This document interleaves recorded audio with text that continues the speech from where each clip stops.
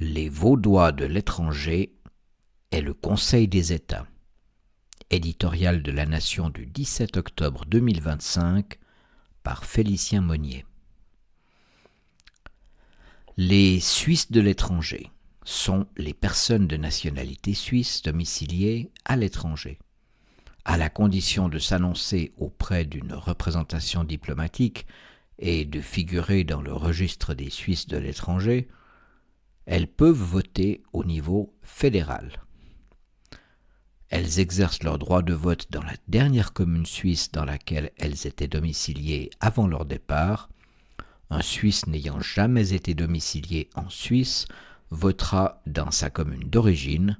Ce sera le cas des Suisses nés à l'étranger et n'ayant jamais vécu en Suisse, comme les enfants d'expatriés.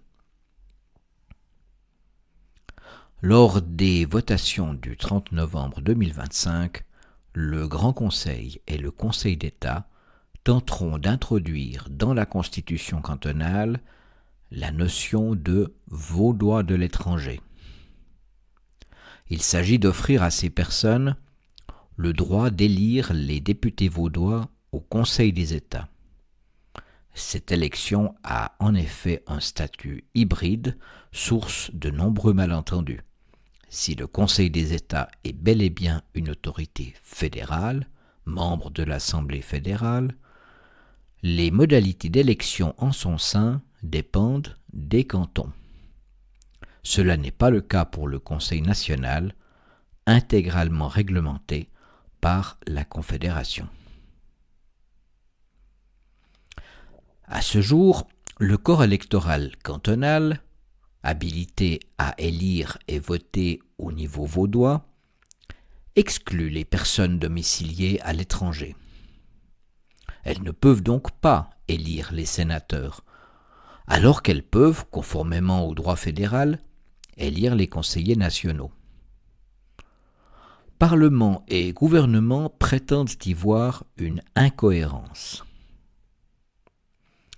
Ils tirent ainsi prétexte de la nature d'autorité fédérale du Conseil des États pour élargir le corps électoral des sénateurs vaudois aux Vaudois de l'étranger. Cela est déjà le cas dans les autres cantons romans, à l'exception du Valais.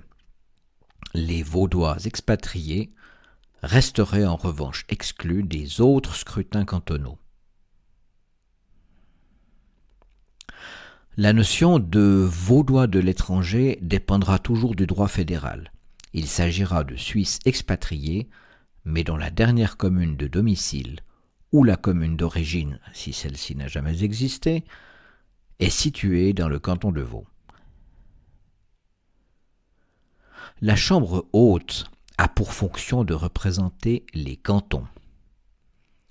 C'est dans cette optique que ces modalités d'élection varient d'un canton à l'autre. Jusqu'en 1917, c'était le Grand Conseil vaudois qui élisait les conseillers aux États. Et il était possible d'être à la fois conseiller d'État et sénateur. On attend des conseillers aux États qu'ils examinent les dossiers sous l'angle de l'intérêt de leur canton, en particulier, et des cantons en général. Ils doivent être un rempart contre la tendance naturellement centralisatrice du Conseil national.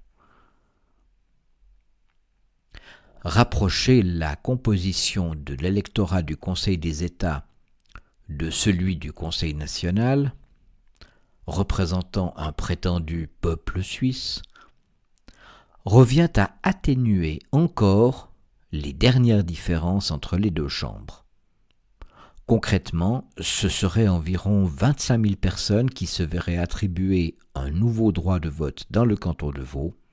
C'est loin d'être anodin. L'expérience nous a montré combien, d'élection en élection, le Conseil des États a fini par perdre sa fonction de chambre des cantons. Le scrutin populaire en est la cause principale, poussant à confondre les sources de légitimité et donc la raison d'être et la représentativité de chacune des chambres, au point qu'on ne saura plus qui du peuple suisse ou des États souverains qui composent la Confédération, la Chambre haute représente. Dans l'attente que, comme nous le proposons, les sénateurs votent un jour sur instruction, même générale, et soient nommés par le Conseil d'État, préservons tout ce qui contribue à les distinguer des conseillers nationaux. Le 30 novembre, nous voterons non à l'octroi aux Vaudois de l'étranger du droit d'élire nos représentants au Conseil des États. La lecture de cet éditorial est terminée. Souvenez-vous que si vous n'êtes pas abonné à la Nation, abonnez-vous et abonnez vos proches. Rendez-vous sur notre site internet www.ligue-vaudoise.ch.